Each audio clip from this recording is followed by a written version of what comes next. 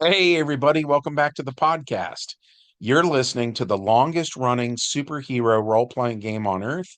I'm your host, the Game Master, and today's tale was inspired by an old character from DC Comics called Kal-El Kent.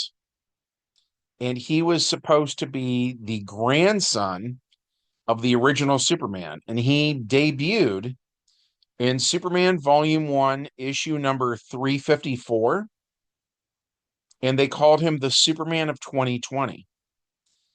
And he wasn't just in a single issue, he was a reoccurring character for like a while. He was also in issue 355, 357, 361, 364, 368, 372. Like I don't even know all the issues he was in.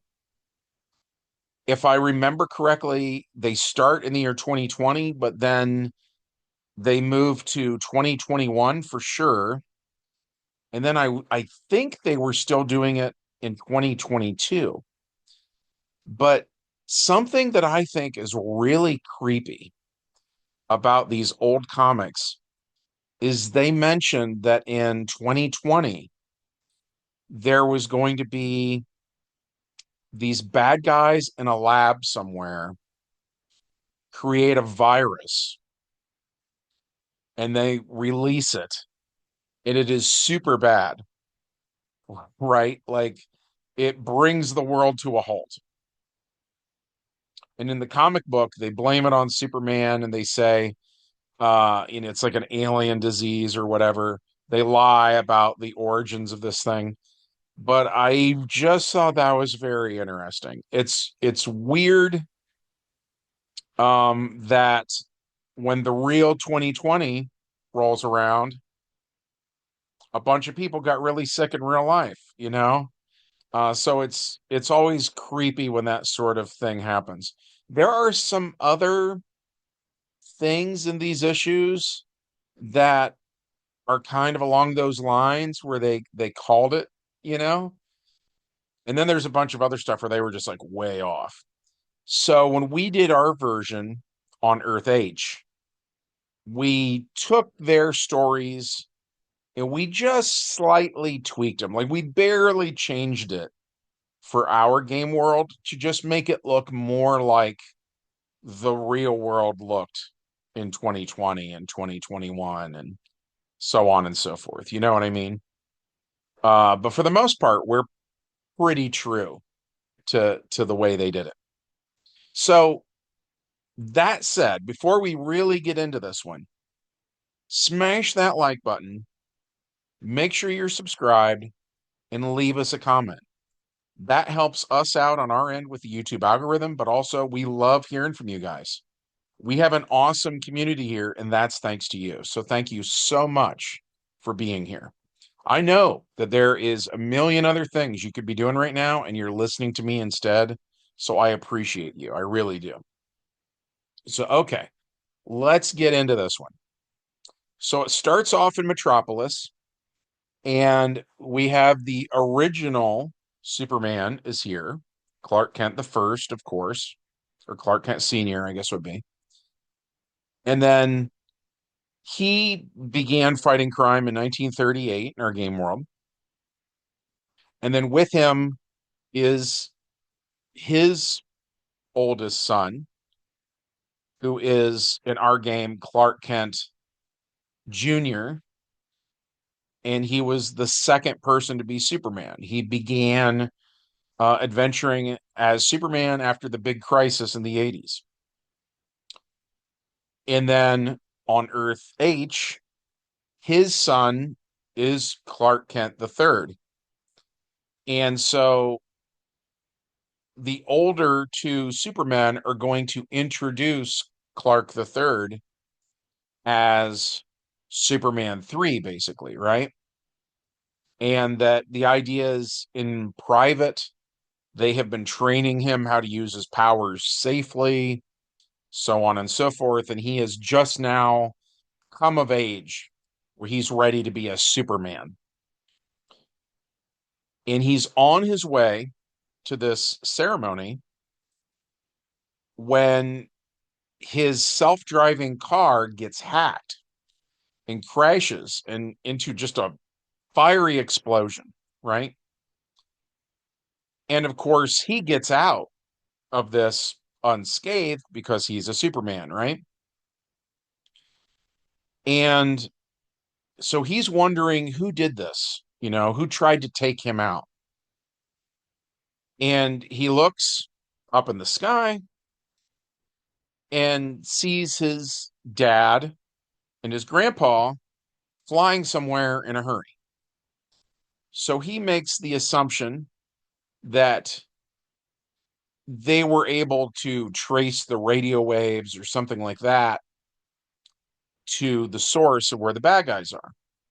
And they do fly to where the bad guys are. So he follows, but it turns out this is a trap. And these are not actually his dad and his grandpa, these are holograms. And when he arrives in the bad guy's lair, he is imprisoned in this impenetrable cube. But as the bad guys are speaking to him, he whistles. He figures out that sound can get through the cube. So he whistles at ultra high frequency so that the other Supermen hear this and then they go there and then all of them attack these bad guys. And it turns out that the deal with the bad guys, they are they were very much inspired, by the way, by the Germans of World War II. They even have a symbol where the guy doing the comic takes the symbol Germany used in World War II and just breaks one little piece off of it. Like the rest of it, like three of those four parts that come off from the central point, are exactly the same. So I thought that was a little weird. Uh like I guess breaking the piece off made it more futuristic. I don't know, but at any rate, so that's who these bad guys are, and I'm just going to refer to them as xenophobes. Um, in the comics, they call them the purists, and their deal is they are mad about the idea of like Kryptonians marrying humans, right? So there's this human girl named Melody Sellers, and she is the love interest of the third Superman. She's a blonde, so on and so forth. And these guys don't want them to have kids. Like that's their whole thing. Um, so Clark the Third is weirded out on like multiple levels by this.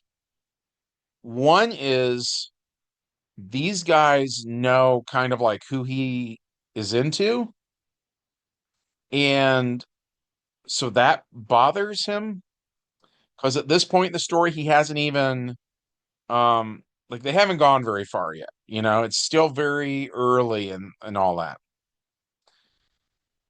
And at any rate, the other thing though is like, but they know he's the son of Superman. Like they have figured out the what the whole deal was with the Kent family. So that weirds him out. Um, and these guys are sort of like the main reoccurring villains through these stories. So then at another point, they take out satellite communication. They um do something so that electric cars are losing their charge. So like if you had your electric car plugged in all night long and the next morning you expected it to have 100% charge on its battery, you'd like go out to your garage and it has a 0% charge. And it's because these guys are somehow hacking these devices, right? And they do a similar thing with a field of solar panels that gets hacked and there's no power coming from that either, right? So these guys are like the problem. And then the third thing that they do there is, and I saw this in what was it called? G.I. Joe Resolute, I think was the name of the movie, where if you superheat the ionosphere, satellite signals coming down towards Earth bounce off of the ionosphere and go back into space.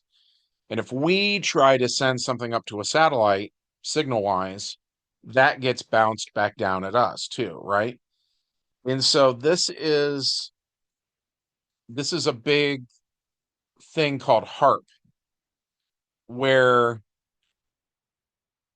then you fire particles up into the ionosphere and they disperse, but then they are gathered over a target of the villain's choosing and come back down as like a massive lightning bolt, basically. And so we see pretty much that in this old comic book.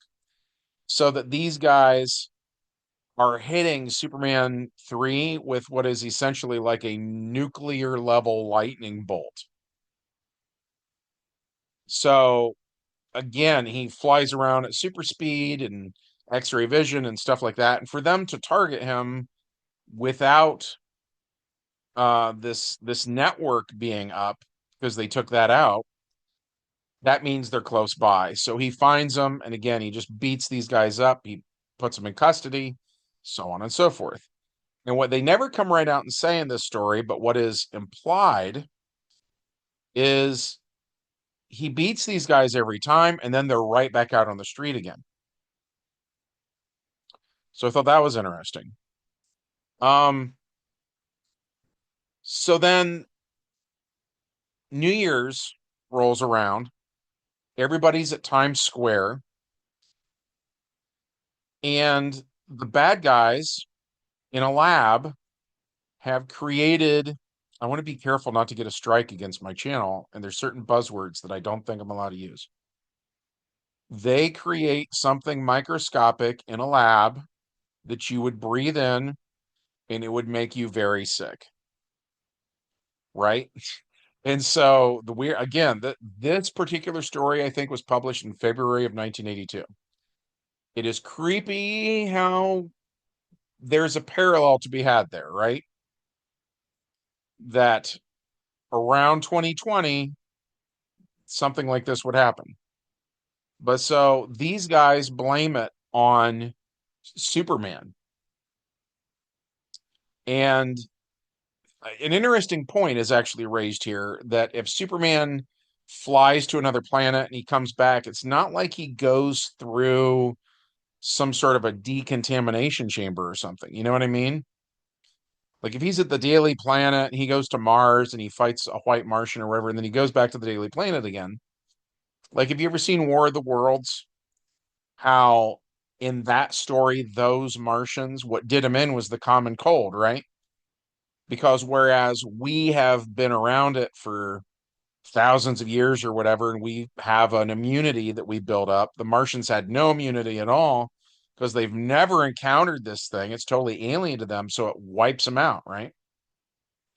Well, so that's what these guys are trying to say is going to happen here is humanity is going to get wiped out by this illness.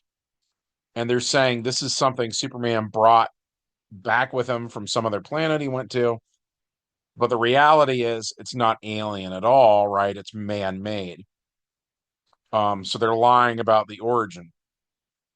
And Superman again goes to where the bad guys are.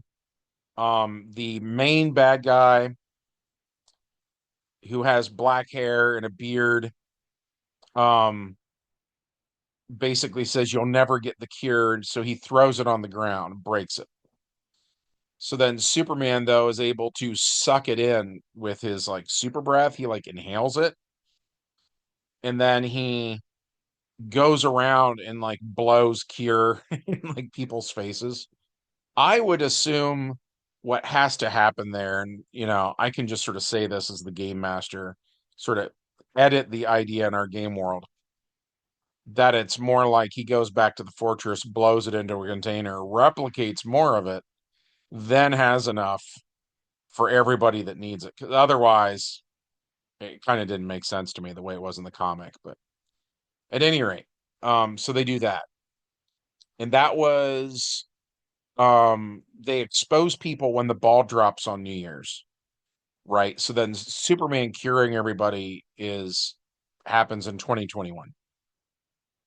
So now that we're up to 2021, and here's another thing I'll just mention. Every chance Clark the Third gets, he takes Melody Sellers out on a date for ice cream. And at this point, they are dating. They're like a couple, right? But he keeps taking her out for ice cream, which is fine. I just thought it was odd. I don't know if the thing there was the writer was doing that because kids read the comic and he just thought kids like ice cream. I don't know. But it's kind of funny. I would go so far on a character sheet as to give Clark the Third like a minor irrational attraction to ice cream. Because like every single date is like, let's go get ice cream. I mean, it must be working though, because she's going for it. But at any rate, I digress. So they're for a walk in the park, and as they're doing this, Jimmy Olsen, and at this point in the timeline, he's like 100 years old, right? But on Earth H, Jimmy Olsen was the wedding photographer for Wonder Woman when she married Steve Trevor on Paradise Island. And like we mentioned in previous videos, Paradise Island is surrounded by something called the Mists of Eternal Youth. So therefore, when Jimmy Olsen went to the island, that meant he was never going to die of old age. And I want to point out a real quick thing. Nobody has asked me this, but I just kind of assume someone might be wondering this. Um, so like Diana herself was exposed to those mists when she was 10 years old. It still allowed her to become an adult, right? But then once she is, who knows how old Wonder Woman is supposed to look? I would say 25, right? Like maybe 25, maybe 30, something like that. But once you get to that point, like let's draw the line at 30. You just stop aging. But I didn't want anybody to think that like somebody went to the wedding with like a baby and now it's like a baby forever. Like that's not how the Mists of Eternal Youth work. So okay. So Jimmy was the wedding photographer, right? And he looks 30. Even though he's 100 now, he looks 30. And this guy busts into his apartment and he wants Jimmy to, who's still a newsman after all these years, he wants Jimmy to lie. And it has something to do with the stock market. And this guy is going to benefit from it. Jimmy basically says, or Jim, now he's old enough, he's just Jim Olsen. So Jim says, like, I'd rather die. And this guy is like, I kind of figure you'd say that. That's why we took your grandkids. And Jim, his grandkids are named Lois and Clark, uh, after, of course, the original Lois and Clark. Jim's grandkids both have red hair, by the way. Um, so Jim doesn't want to do this, and he tells this guy he needs to get a pen out of his desk to write down basically this guy's demands. This guy has a weapon pointed at him and says, that's fine. And he's keeping an eye on him. So when Jim reaches into the desk, what he grabs is the old signal watch that the original Superman gave him way back when. And he pushes a button on it. And so Superman the third hears this sound and it's like Z, Z, Z, over and over again. An annoying sound. And again, Superman's on this date. He makes up an excuse with Melody Sellers. And once he's gone, he, pulls open the shirt. We have the Superman costume up, and away, right? And again, this is Superman's go-to thing here is super speed and X-ray vision. He locates Ginger Lois and Ginger Clark, right? The grandkids. Um, Opens up the car door of the vehicle they're in, punches out the guy who took them, frees the grandkids. Then Superman goes to where Jim Olsen is. Jim Olsen, by the way, after he hit the button on the watch, he would have pulled out a pen. He's writing down on a notepad whatever it is this guy's wanting Jim to say. Superman busts in, bad guy gets punched out, bad guys get turned over to the authorities. Jim is reunited with his grandkids. All's well that ends well. So then this is not from those comics at all, but this is the epilogue we put on that. So we've been talking about Superman the third here, but the epilogue focuses on his dad, who is Superman the second. And the dad was at a tennis match, and actually, this part of it was in the comic. So there's a tennis match, and the scoreboard is digital and it gets hacked, and it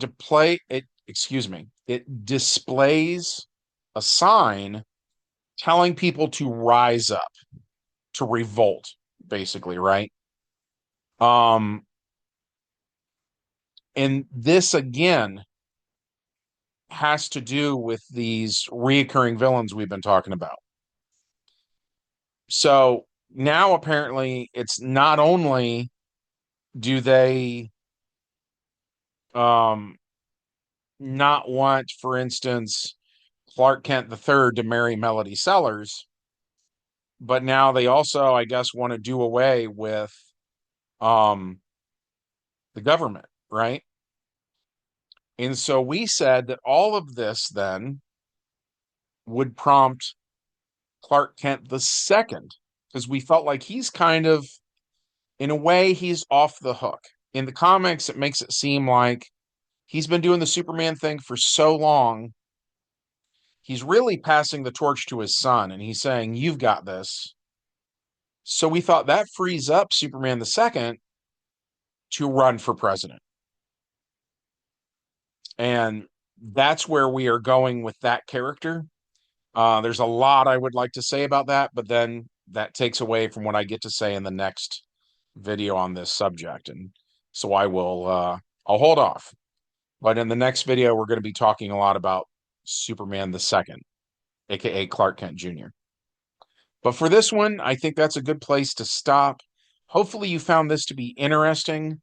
If so, as always, smash like, check to make sure you're subscribed, and leave a comment. And from all of us here at the longest running superhero role playing game on earth, we hope you have a good one, and we'll see you in the next adventure.